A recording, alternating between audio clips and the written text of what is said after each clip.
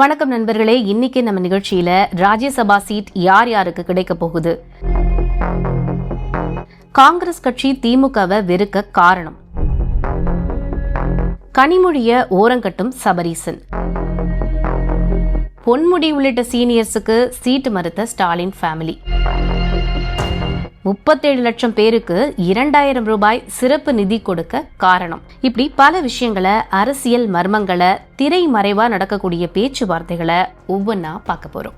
முதல்ல திமுக ராஜ்யசபா சீட் கொடுக்க 4 பேரோட பட்டியலை ரெடி பண்ணியிருக்காங்க. அந்த லிஸ்ட்ல ஸ்டாலினுக்கும் கனிமொழிக்கும் பிரச்சனை வந்திருக்கு. அது என்ன பிரச்சனைன்னு நம்ம அறிவாலயத்து சோர்ஸ் மூலமா விசாரிச்சோம். அவர் என்ன சொன்னாருன்னா, கொஞ்சம் பொறுங்க, வாட்ஸ்அப் காலில் டெல்லி நண்பரையும் லிங்க் பண்ணுறேன் அப்படின்னு சொன்னார். சரின்னு நம்ம டீமும் வெயிட் பண்ணிட்டு இருந்தோம். டெல்லியில இருந்து வந்த தகவல் ரொம்ப அதிர்ச்சி கொடுக்கறதா தான் இருந்துச்சு. திமுக ராஜ்யசபா சீட் பிரச்சனைக்கு முன்னாடி அதிமுக பொதுச் செயலாளர் மத்திய உள்துறை அமைச்சர் டெல்லி சந்திப்பு பத்தி தெரியுமா அப்படின்னு கேட்டாரு. ஆமாங்க தெரியும், தொகுதி பங்கீடு பேச்சுவார்த்தை நடந்திருக்கு, சுமூகமான பேச்சுவார்த்தை தான்னு நமக்கு வந்த செய்தியை சொன்னோம். சத்தமா சிரிச்சிட்டாரு. அப்புறம் சொன்னாரு, எல்லாம் அப்படிதான் நினைச்சிட்டு இருக்காங்க, ஆனா நடந்த விஷயமே வேற.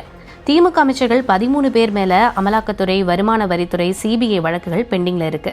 அந்த வழக்கு விவரங்கள் எல்லாத்தையும், தற்போதைய நிலவரங்களையும், திமுக வக்கீல்கள் வாய்தா வாங்கி காலம் கடத்துற சம்பவத்தையும் ஒரு விரிவான அறிக்கையா தயார் செஞ்சு உள்துறை வசம் ஒப்படைச்சிருக்காரு எடப்பாடி கே பழனிசாமி அப்படின்னு சொன்னாரு.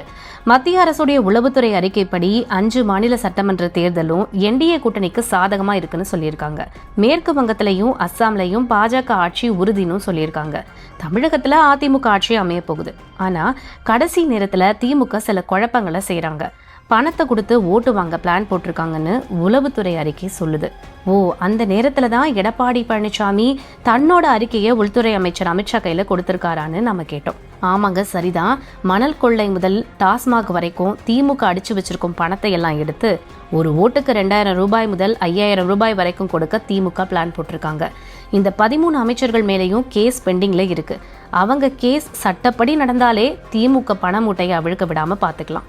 மக்களும் சுதந்திரமா வாக்களிப்பாங்கன்னு அதிமுக பொதுச் செயலாளர் எடப்பாடி கே பழனிசாமி ஆதாரங்களோட அறிக்கையை கொடுத்திருக்காரு. சென்னைக்கு போங்க, சீக்கிரம் நல்ல செய்தி வரும்னு உள்துறை அமைச்சகமும் உறுதி கொடுத்திருக்காங்களாம். அதுதான் திமுக பயத்துல மகளிருக்கு கூடுதலா கோடை உதவித்தொகை 2000 கொடுத்திருக்காங்களோ. இப்போ முதியோர், மாற்றுத்திறனாளிகளுக்கு சமூக நலத்திட்டத்தோட கூடுதலா 2000 ஊக்கத்தொகைன்னு கொடுக்கறாங்களான்னு கேட்டோம். ஆமா, மாநில அரசோட உளவுத்துறை கொடுத்த தகவல் படி திமுகவுக்கு 60 தொகுதி கிடைக்கிறது கஷ்டம்னு சொல்லியிருக்காங்க. காங்கிரஸ் கூட்டணியை விட்டு போயிட்டா 24 தொகுதி மட்டும் தான் திமுகவால ஜெயிக்க வாய்ப்பு இருக்குன்னு ரிப்போர்ட்டும் கொடுத்திருக்காங்க. அதனாலதான் கூட்டணி கட்சிகளோட எண்ணிக்கை கூடுதான்னு கேட்டோம். கரெக்ட் தான். அதிமுக கூட்டணியில பாஜக, பாமக, அமமுக போன்ற செல்வாக்கான கட்சிகள், அதிக வாக்கு வங்கி வச்சிருக்கும் கட்சிகள் இருக்காங்க. ஆனா திமுக அணியில கட்சிகளோட எண்ணிக்கை அதிகமா இருக்கு. எல்லாரும் திமுக சின்னத்துல போட்டி போடும் கட்சிகள். அந்த கட்சிகளோட மொத்த வாக்குகளே 3% மட்டும்தான். அதிமுக கூட்டணியில பாமக மட்டுமே 5% ஓட்டு வச்சிருக்காங்க. ஆளும் கட்சிக்கு எதிரான அதிருப்தி ஓட்டுகள் 30% முதல் 40% வரைக்கும் அதிமுகவுக்கு கிடைக்க வாய்ப்பு இருக்குன்னு கருத்து கணிப்பு முடிவுகள் சொல்லுது. இதெல்லாம் கணக்கு போட்டுதான் தோல்வி பயத்துல திமுக கூடுதலா 2000 ரூபாய் கொடுக்கறாங்க. லெட்டர் பேட் கட்சிகளை எல்லாம் தொகுதி பங்கீடு பேச்சுவார்த்தைக்கு கூப்பிடுறாங்கன்னு புள்ளி விவரத்தோட பல தகவல்களை நம்ம கிட்ட சொன்னாரு. சரி, ராஜ்யசபா சீட் பிரச்சனை பத்தி ஒன்னும் பேசலையேன்னு கேட்டதுக்கு, அதை சொல்லத்தான் குரூப் காலே போட்டோம்னு சொல்லி டெல்லி கதையை சொல்ல ஆரம்பிச்சாங்க. சபரீசனுக்கு ராஜ்யசபா சீட் கொடுக்கணும்னு குடும்பத்துல இருந்து ரெக்கமெண்டேஷன் வந்திருக்கு. அதுக்கு டிஆர் பாலு, கனிமொழி 2 பேரும் எதிர்ப்பு தெரிவிச்சிருக்காங்க. அதோட திருச்சி சிவா டெல்லிக்கு வர்றதையும் கனிமொழி விரும்பல. தன்னோட செல்வாக்கு குறையும்னு நினைக்கிறாங்க. திருச்சி சிவா டெல்லிக்கு வந்தா கனிமொழி சென்னையில அமைச்சரா வரணும்னு அவங்களோட ஆதரவாளர்கள் ஸ்டாலின் காதுபடவே பேசியிருக்காங்க. நேத்து வந்த தேமுதிகவுக்கு எம்பி சீட் கொடுத்தா இத்தனை வருஷம் அறிவாலயத்துல காத்திருந்தது வேஸ்டான்னு சிறுத்தைகளும் முரண்டு பிடிச்சிருக்காங்க. காங்கிரஸ் கதை என்னன்னு கேட்டோம். திமுகவை விட்டா காங்கிரஸுக்கும் வழி இல்ல, காங்கிரஸை விட்டா திமுகவுக்கும் வழி இல்ல. அப்படின்னா அப்போ திமுக காங்கிரஸ் கூட்டணி உடையாதா அப்படின்னு கேட்டோம். உடையும்னு எதிர்பார்த்து காங்கிரஸ் கட்சியை உடைக்கவும் செந்தில் பாலாஜி, ஏவவேலு, சேகர் பாபு 3 பேரும் வேலையை தொடங்கிட்டாங்க.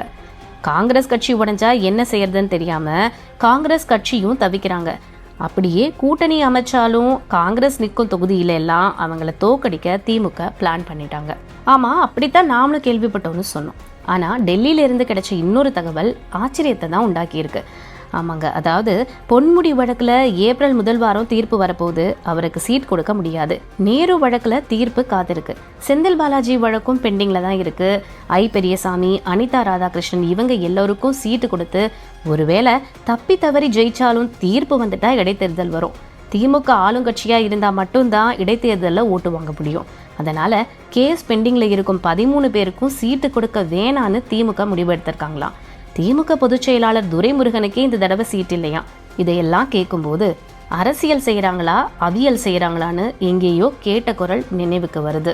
சரி நண்பர்களே, அடுத்த நிகழ்ச்சியில இன்னும் பல சுவாரஸ்யமான அரசியல் ரகசியங்களோட உங்களை வந்து சந்திக்கிறோம். நன்றி, வணக்கம்.